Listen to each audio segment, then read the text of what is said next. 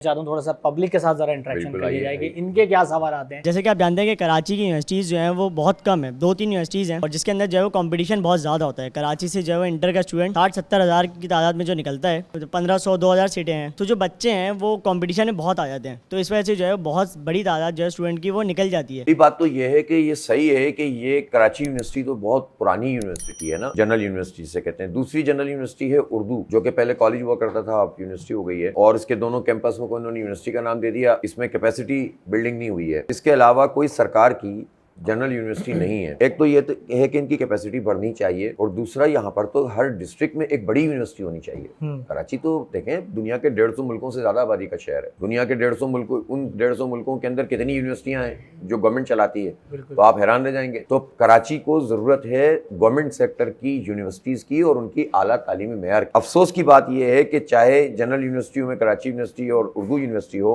Urdu federal university, या फिर engineering universities हो या मेडिकल, अक्सर जगहों पर तो 4-4, 5-5, 6-6 साल से वाइस चांसलर्स का तकर्रुर नहीं होता। आप अंदाजा तो लगाइए, एडहॉक बेस के ऊपर आपका पूरा निजाम चल रहा है और किसी को फिक्र ही नहीं है, कोई पूछने वाला ही नहीं है। टीचर्स की अपॉइंटमेंट प्रॉपर तरीके से नहीं होती, और इसमें जो है वो जो भी रूल्स हैं उनकी वायलेशन करने की गवर्नमेंट कोशिश करती है। तो हमारा तो ये बहुत बिल्कुल वाज़े मुतालबा है कि हर डिस्ट्रिक्ट की सतह पर, और अब तो टाउन्स बन रहे हैं, और टाउन्स की सतह पर इस तरह से होना चाहिए कि एक यूनिवर्सिटी बनाए। अब ये डोमेन जाहिर है कि इस वक्त जो एजुकेशन है पूरी की पूरी सिंध हुकूमत के पास है या सूबाई हुकूमतों के पास है।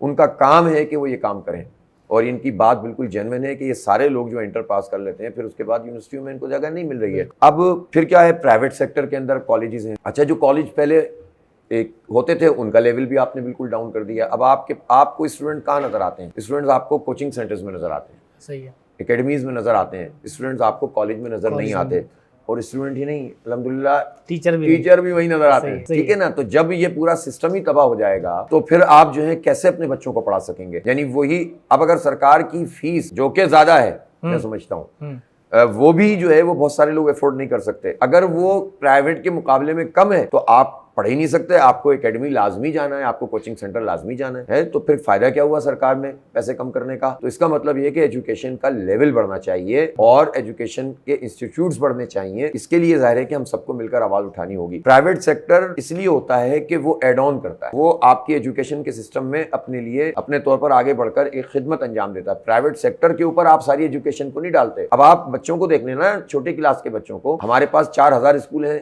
कराची में सरकार के। इन 4000 स्कूलों में से कोई एक स्कूल बता दें जहां सीएम, जहां पर जो है वो उनके सेक्रेटरीज, जहां उनके मिनिस्टर्स, जहां एमएनएस, एमपीएस, पार्टी के लीडर्स और कोई भी मिडिल क्लास का आदमी अपने बच्चे को दाखिल कराने में फख्र महसूस करे या कम से कम ये चाहे कि दाखिला हो जाए। एक स्कूल बता दें, एक भी नहीं है। ये चलते कैसे हैं? हमारे फंड से। 300 अरब रुपए का बजट है एजुकेशन का। 300 अरब, एक अरब में 100 करोड़ होते हैं ना, और 1 करोड़ में 100 लाख होते हैं, तो ये पैसे होते हैं। और ये पैसे कहाँ से जाते हैं?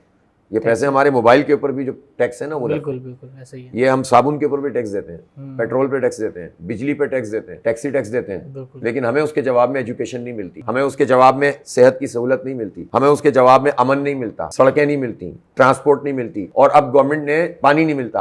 अब गवर्नमेंट ने कुछ लोगों के जरिए, एक व्हाइट कॉलर क्रिमिनल्स हैं, कुछ व्हाइट कॉलर क्रिमिनल्स हैं कारपोरेट सेक्टर के नाम पर धब्बा, वो ये कहानी सुनाते हैं कि पानी देना हुकूमत की जिम्मेदारी नहीं, ट्रांसपोर्ट चलाना हुकूमत की जिम्मेदारी नहीं, फला काम करना हुकूमत की जिम्मेदारी नहीं। तो भाई हुकूमत की जिम्मेदारी टैक्स वसूल करना है और माल बनाना है, तो जाइए आप तशरीफ ले जाइए, ये भी फिर लोग खुद ही कर लिया करेंगे।